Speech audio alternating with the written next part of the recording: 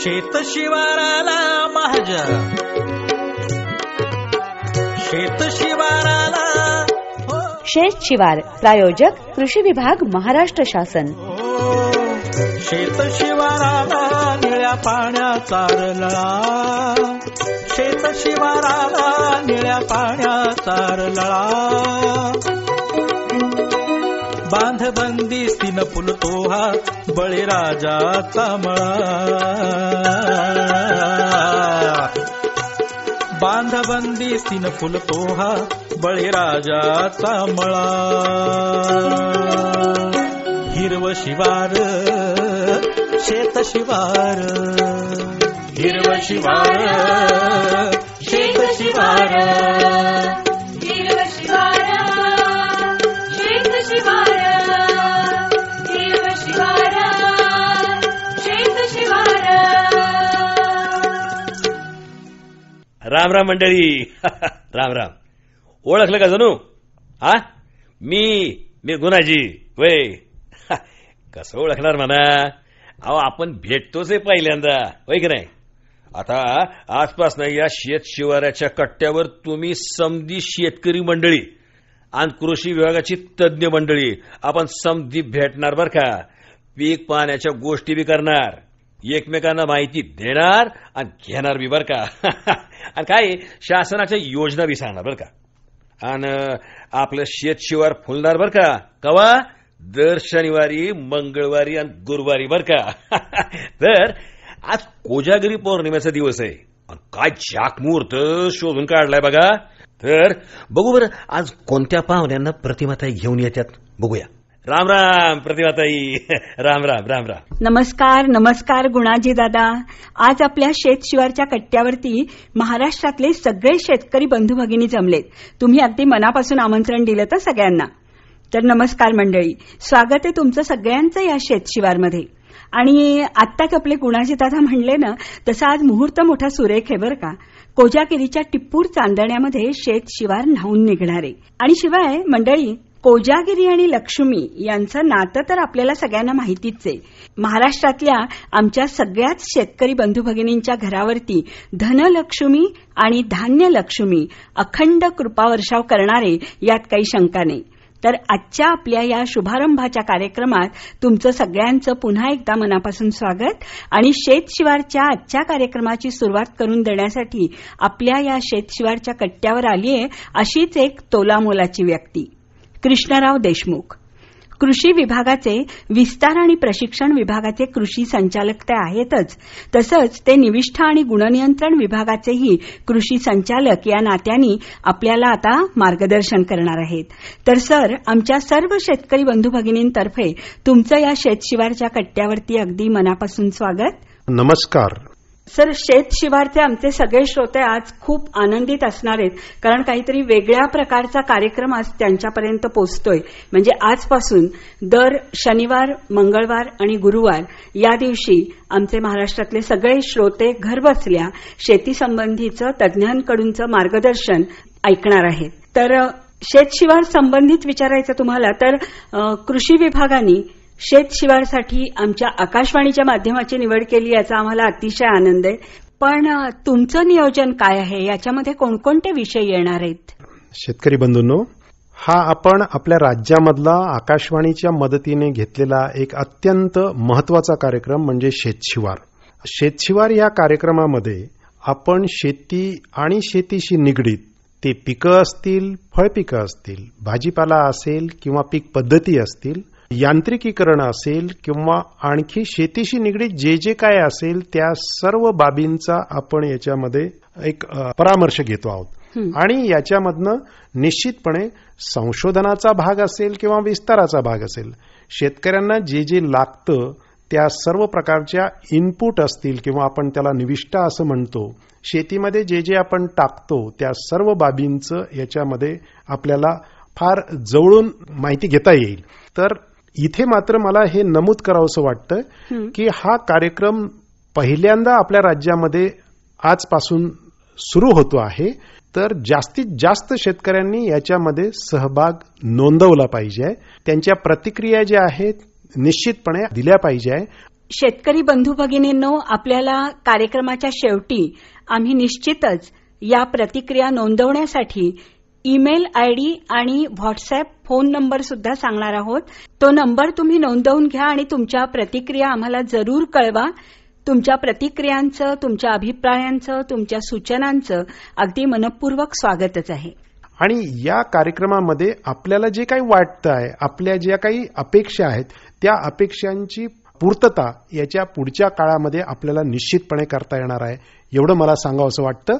आणि शेतशिवार हा जो आकाशवाणीचा कार्यक्रम आहे, आकाशवाणीवरनं आपण हे माध्यम ज्या वेळेला निवडलेलं आहे, शेतकऱ्यांना आकाशवाणी जवळची वाटते. बरोबर आहे. आणि आपल्याला आठवत असेल की पूर्वी आपण 1-2 दशकात आपण जर बघितलं त्याच्यापूर्वी, तर नभोवाणी शेती मंडळ हा एक अत्यंत महत्वाचा आणि उत्स्फूर्त कार्यक्रम शेतकऱ्यांच्या जीवनामध्ये चैतन्य आणणारा होता. म्हणून या कार्यक्रमाची निवड जी आहे, कृषी विभाग आणि आकाशवाणी पुणे यांनी एकत्रितरित्या ठरवून शेतशिवार या कार्यक्रमाला आपण पुढे आलेलो आहोत. आणि नभोवाणी शेतीशाळेचं सर तुम्ही नाव काढलं, तर आकाशवाणी पुणे केंद्राला आणि आमच्या इतरही केंद्रांना अशा तऱ्हेच्या शेतीशाळेची, श्राव्य शेतीशाळेची खूप मोठी परंपरा आहे आणि त्याच्यातून अनेक शेतकरी आतापर्यंत जोडले गेलेले आहेत आणि त्यांनी लाभही घेतलेला आहे. कारण त्याच्यातून आपण विविध विषय घेत होतो. तसंच आता या शेतशिवारमध्ये जे विषयांचं नियोजन असेल, त्यातली तज्ज्ञ मंडळी कृषी विभागातलीच तुमच्यासारखी आहेत, तर त्यामुळे आपण कोणकोणते विषय घेणार आहोत याच्यामध्ये. आता सुरुवात होतीये आपली या रब्बी हंगामाच्या सुरुवातीच्या काळात, पण आपला हा कार्यक्रम चालू राहणार आहे. तर तुमच्या डोळ्यासमोर विषय कोणकोणते? आता आपण जर डोळ्यापुढे बघितलं तर याच्यात स्पष्टपणे मला सांगावंसं वाटतंय की हंगामानुरूप आपल्या ज्या काही शेतकऱ्यांच्या अपेक्षा असतात किंवा शेतकऱ्यांची ज्या गरजा असतात, त्यांना आपल्याला याच्यामध्ये डोळ्यापुढे ठेवायचं आहे. म्हणजे प्रथम प्राधान्य शेतकऱ्यांच्या गरजा. म्हणून याच्यामध्ये पिकं असतील, म्हणजे रब्बीची पिकं, रब्बीची फळपिकं म्हणजे बहार जे काय असतील, त्या हंगामातली जी काय असतील त्याप्रमाणे आपण याच्यामध्ये नियोजन करतो आहोत. बरोबर. याच्यामध्ये पीक पद्धती असतील की एक 15 वर्षापूर्वी जे काही संशोधन झालं होतं, जी पिकं ज्या पद्धतीने आपण पेरत होतो, ज्या पद्धतीने आपण त्याला हार्वेस्ट करत होतो किंवा आपण काढणी करायचो, आताच्या काळामध्ये निश्चितपणे बदल झालेत. हे बदल का झालेत? याच्यामध्ये महत्वाचं जे आहे, हवामानातले स्थित्यंतर. अलीकडच्या या 2 ते 3 वर्षामध्ये जे काही बदल झालेले आहेत, हे बदल डोळ्यापुढे ठेवून पिकांमध्ये सुद्धा बदल हा अत्यंत महत्वाचा पार्ट आहे आणि त्याप्रमाणे आपण बदल करतो आहोत. त्यामुळे म्हणजे शेतकऱ्यांच्या विश्वामध्ये जे जे सगळे विषय येतात ते सगळे आपण शेतशिवारमध्ये सोप्या रीतीने आणण्याचा प्रयत्न करणार आहोत की जेणेकरून त्यांचं शेतशिवार चांगलं फुलेल, नाही का? बरोबर. महत्वाचं म्हणजे काही शेतकऱ्यांना वाटतं की मला सेंद्रिय पद्धतीने लागवड करायची आहे, काहींना असं वाटतं की नाही, मी याच्यामध्ये रासायनिक खतांचा वापर करणार. आपल्याला दोनही पद्धती ज्या असतील किंवा आणखी काही जे असेल, या सगळ्या पद्धतींना हात घालायचा आहे. कारण प्रत्येकाचं क्षेत्र आणि काम करण्याची त्याच्यातली पद्धत ह्या वेगवेगळ्या आहेत. म्हणून एकाच प्रकारचं आपण डोळ्यापुढे न ठेवता ज्या शेतकऱ्यांची किंवा ज्या भागाची, ज्या क्षेत्राची जी गरज असेल त्याप्रमाणे जे काही तंत्रज्ञान आता उपलब्ध आहे त्याचा जास्तीत जास्त त्या क्षेत्रावर कसा उपयोग करून घेता येईल परिणामकारकरित्या, हे आपण या शेतशिवार कार्यक्रमामध्ये घेणार आहोत. सर, हे तुम्ही खूप छान सांगितलं. कारण संपूर्ण महाराष्ट्रभर आपल्याकडे सगळीच विविधता आहे. जमिनीच्या बाबतीत आहे, पावसाच्या बाबतीतलं प्रमाण वेगवेगळं आहे आणि तुम्ही आता म्हणालात तसं शेतकऱ्यांची मनोवृत्ती पण वेगवेगळी आहे. कोणी पारंपरिक, कोणी अपारंपरिक, कोणी रासायनिक खतांच्या बाबतीमध्ये त्यांचा आग्रह असतो.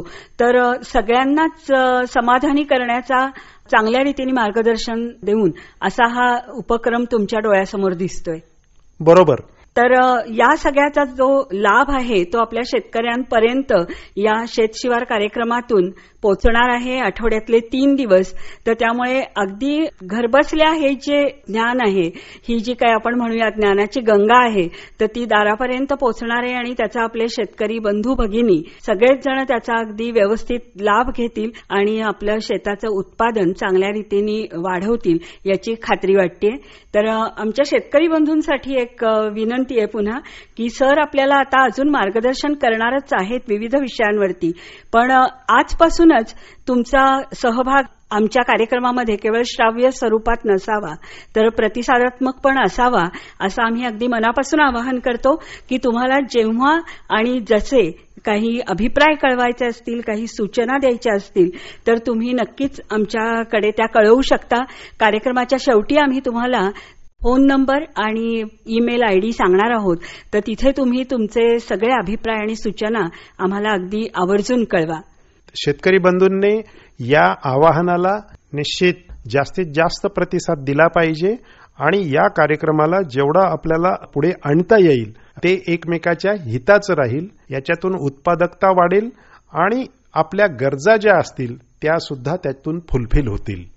तर शेतकरी बंधू भगिनींनो, आता आपल्याला आपले कृषी संचालक कृषी विभागाचे जे आहेत कृष्णराव देशमुख, तर यांनी शेतशिवार कार्यक्रमाविषयी आपल्याशी जो संवाद साधला आणि आजपासून हा शेतशिवार कार्यक्रम सुरू होतोय, तर त्याला त्यांनी एक प्रकारे आशीर्वाद शुभेच्छा दिलेल्या आहेत.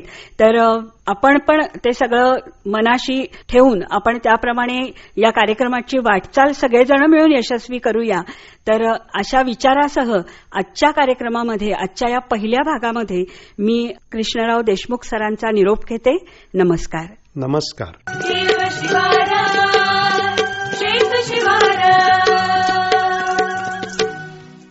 हा तर बघा मंडळी, आपल्या शेत शिवार कार्यक्रमाचा नारळ तर फुटला, होय की नाही? अहो, पहिल्याच कार्यक्रमात कृष्णराव देशमुख साहेबांशी बोलत होत्या प्रतिमाताई कुलकर्णी. आता मंडळी, गुणाजी आता सूत्र सोपवतोय आमच्या गावच्या बचत गटाच्या काम करणाऱ्या, हे अतिशय बारकाईने काम बघणाऱ्या सुमनताईंकडे. बरं का, नीट लक्ष देऊन ऐका बरं का. सुमनताई कुठलं नंबर काय काय सांगतात, काय काय माहिती सांगतात ते, आणि टिपून बी घ्यायचं बरं का, इसरायचं नाही. हा या या सुमनताई.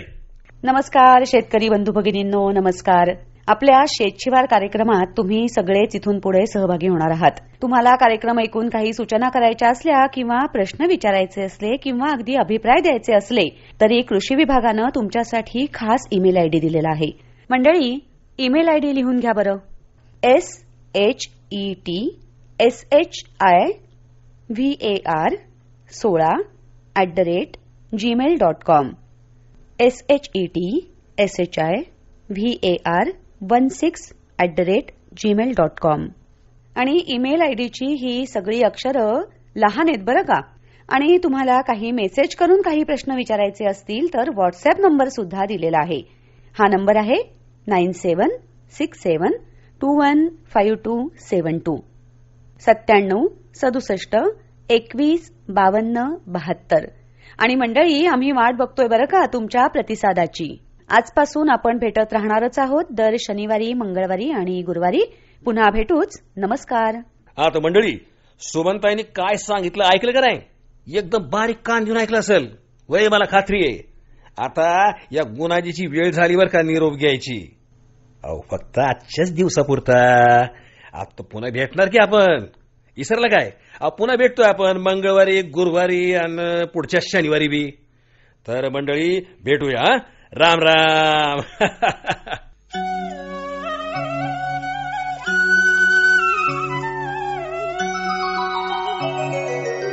शेत शिवाराला माझ्या, शेत शिवाराला. शेत शिवार प्रायोजक कृषी विभाग महाराष्ट्र शासन.